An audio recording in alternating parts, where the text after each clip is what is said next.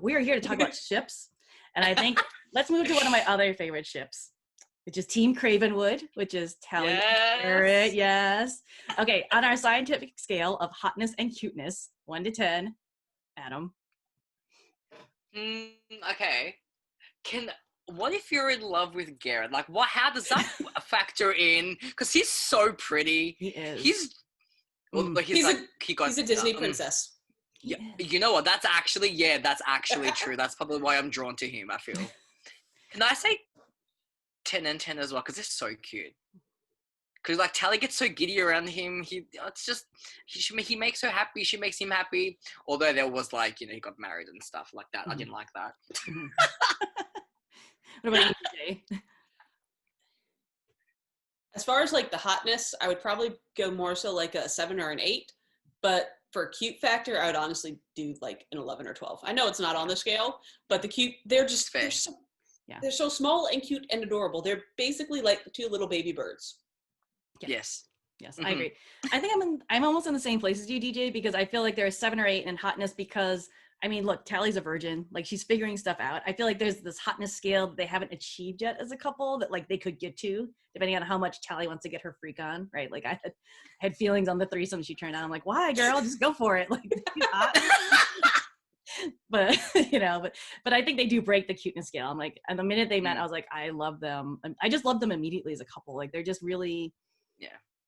They're almost like an old school, like they're almost like a throwback couple, right? They are like very deep and romantic. It's like a classic storyline, you know, like marrying another woman, like, and it almost feels like I'm reading a Jane Austen novel or something with those two.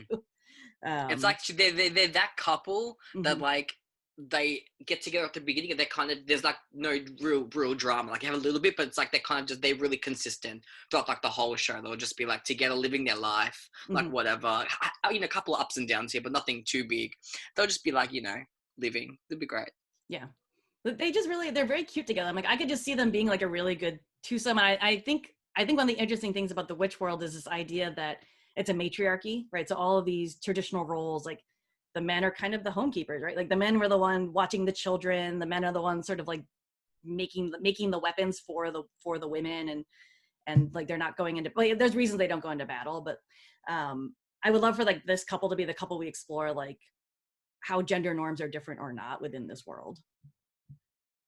So I think that would be really interesting. What was your favorite moment? This is gonna be a tough one because they had some really, really cute moments. What was your favorite moment for this couple? I feel like Beltane might have been one of my favorites for them. I think that's where they peaked. They were just so cute, and she was so in love with him. And like I think when they were doing that dance, then she like caught him at the end of the dance, and I was like, that's so cute. It was just, it was like, you know, meant to be. I'm like, they're everything. It was so cute. I think that was mine. Yeah. How about you, DJ?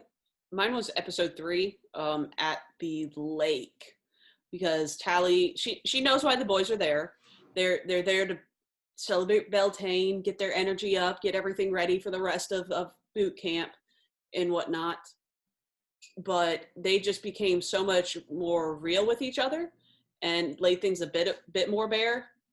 I mean, obviously, Garrett was using the codices, so not everything was exactly 100% to scale, so to say. But I feel like that's where they were sort of most real with each other. It's good. And most honest. Great, I agree. Nice moment. For me, I think it was probably, you know, I liked when he sent her the dick pic via bird. Like I loved every, like for me, my favorite Cravenwood moments are actually these really awkward, all of their awkward interactions, right? Like the dick pic is so dumb. Yeah. Like it's such a dumb. That's so stupid. It's so stupid, right? And like then she's like freaking out at the picnic to be like, oh, should I talk to him? Should I not? Like I really liked all those moments where you're like, it reminds you these are like teenagers, right? These are young people, and I thought there was something really charming about like their dumb, awkward teen romance moments that I really thought was just so cute that I couldn't stand it. Now, what do you think was the worst moment for this couple for you? Like, where were you like, When he was engaged and you found that he was engaged. I didn't like that. I was so betrayed. I was so hurt by that. I was like, no. But like, it's like, I guess it's like kind of different to like, you know, in reality, but like, yeah, that hurt me. It really hurt me. I think it was one of my least favorites. I was like, oh, he's married, damn it. But then, yeah. What about you, DJ? Mine's the post-engagement. So when he was trying to sort of stage the surprise threesome, because that was not his finest thought-out moments. It was very surprising. I was like, oh, didn't expect that. I was like, okay. I'm actually a Garrett apologista. I actually don't think the surprise threesome was as bad as some people think, because like in the context of this world where polyamory and like threesome couplings aren't unusual, right? Like even Charvel and Abigail talked about that at the wedding, right? Where Abigail's like, how can you be with one guy? And she's like, please, I'm not gonna be with one guy. What are you talking about, right? So I mean, Glory ran off with like 3 girls during Beltane, maybe 4. I can't remember. Yeah. So is it really outside within the context of this world? I'm not even sure it's outside the realm of like decency for Garrett to maybe think this would be okay for her. Like, and you know, so it's not a great moment, but I don't think it was, for me, like the worst moment was actually when they first get together after he's married, and she's very clearly upset and he doesn't like probe. Like he does in another way, because he just like lets her. He doesn't like ask her. He doesn't like obviously sense that like she's very like there's something psychologically like wrong in that moment, and be like, babe, we got to stop. Like, tell me what's going on with you. So I was like, Garrett, come on, like use your head, man. Like, well, he was just not the right one. Yeah, using the wrong. That's like a theme for him, right? Like every time she's trying to talk to him, and he knows better. Like he can't like resist. He can't resist Tally. Yeah. He did at the wedding. He's like, you should tell her you're engaged, dude. Like, don't just kiss her. Yeah. He's just so I think he's like really falling in love with her. Like he's really like drawn to her, and he just can't help himself. He just but they need to talk more than just keep having sex. Like, oh, go on, good luck. Like, yes, get that dick. But at the same time, you can multitask. Exactly.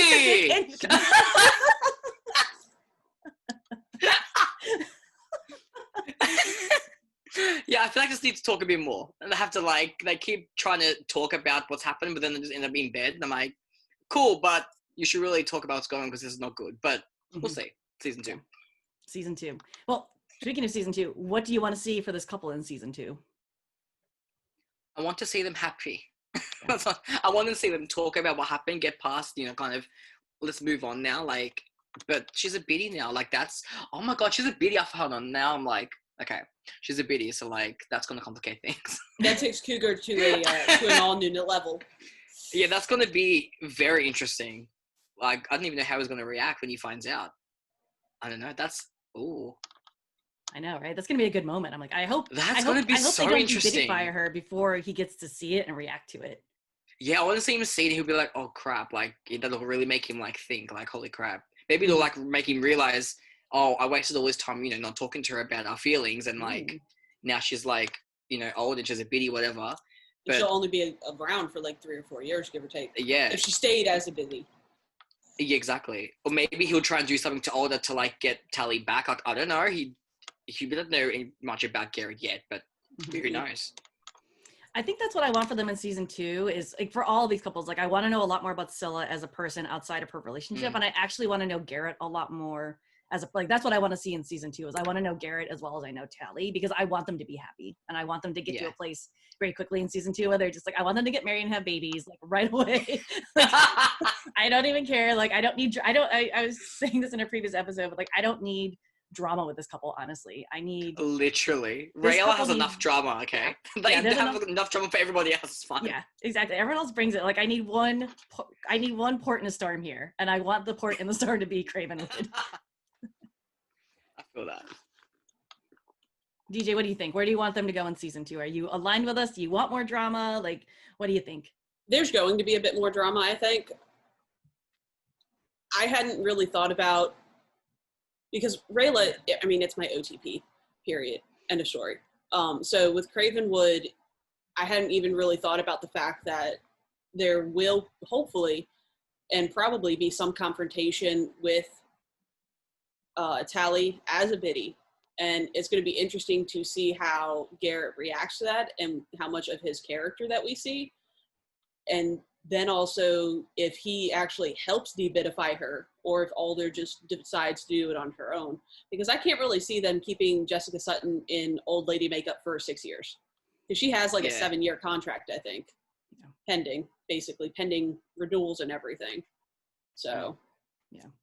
I need my beautiful ginger child back, like as she is. I can't. I need my child back. She went from child to like grandmom. I need my child back. Yeah, I mean, it's fine. Like, I got this list of like old ladies who can still get it, like, which is like headed by like Helen Mirren, so it could like it's fine. But you know, I still prefer like a little bit more. Like, I think they're gonna debidify her pretty fast, but yeah, we definitely have to see what. You know, I think this couple should be together forever and very happy. So I see them being like another long. I'm surprised because like I didn't think the show would have space for 2 like OTPs for me, but here we are. So here we are. Yeah.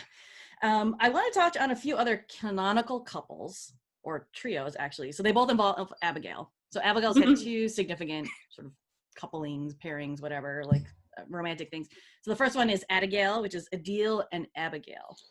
So on the hotness scale and the cuteness scale, where do you fall on Adil and Abigail? A little newer, you know, sort of it's interesting, but yeah, it's interesting. Like I haven't seen enough of them, but like you can already tell that she's taken a liking to him. Like, and it's not like the other guy. Like the other guys was all like just sex. This one's like more emotional, more deeper connection with him.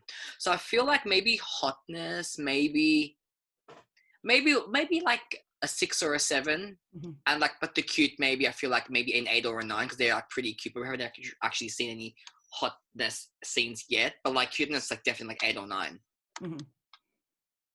DJ, your score? I'm in agreement. Yeah, I think I'm aligned with y'all as well. I think their hotness is, I don't think they have that like jump off the screen chemistry in terms of like the sexiness, right? Like versus especially since we've seen Abigail with other people and she shows that she can bring like the hotness as an actress, like with that other pairing, which we'll talk about in a minute. So yeah, I think that, you know, they're sort of like a 3 or 4, but that's not really what the couple's all about anyway. I think it is like the cuteness of like the 7 or 8, probably, like, you know, I like them. I don't think I love them though. So I'm curious, like, where you all fall. Like, is it a couple that you're like, I gotta have this couple forever? Is it like, you know? Yeah, it's. I think it's too early to tell. Like, I can see if they do develop them, it could be like, you know, a really good like relationship. But I think it's too early yet. But like, you could see the potential that they could have. But as in, nothing's jumping at me like, oh my god, I love these people. It's like, okay, yeah, they're cute. Like, you know, I'll keep an eye on them for now. So we'll see what happens if they like, you know, develop more. Did you all have a favorite moment for the couple? We'll start with you, DJ, since you've been. Honestly, when I think it was their second real interaction outside, that ended in the bat scene, just because they were bouncing off of each other.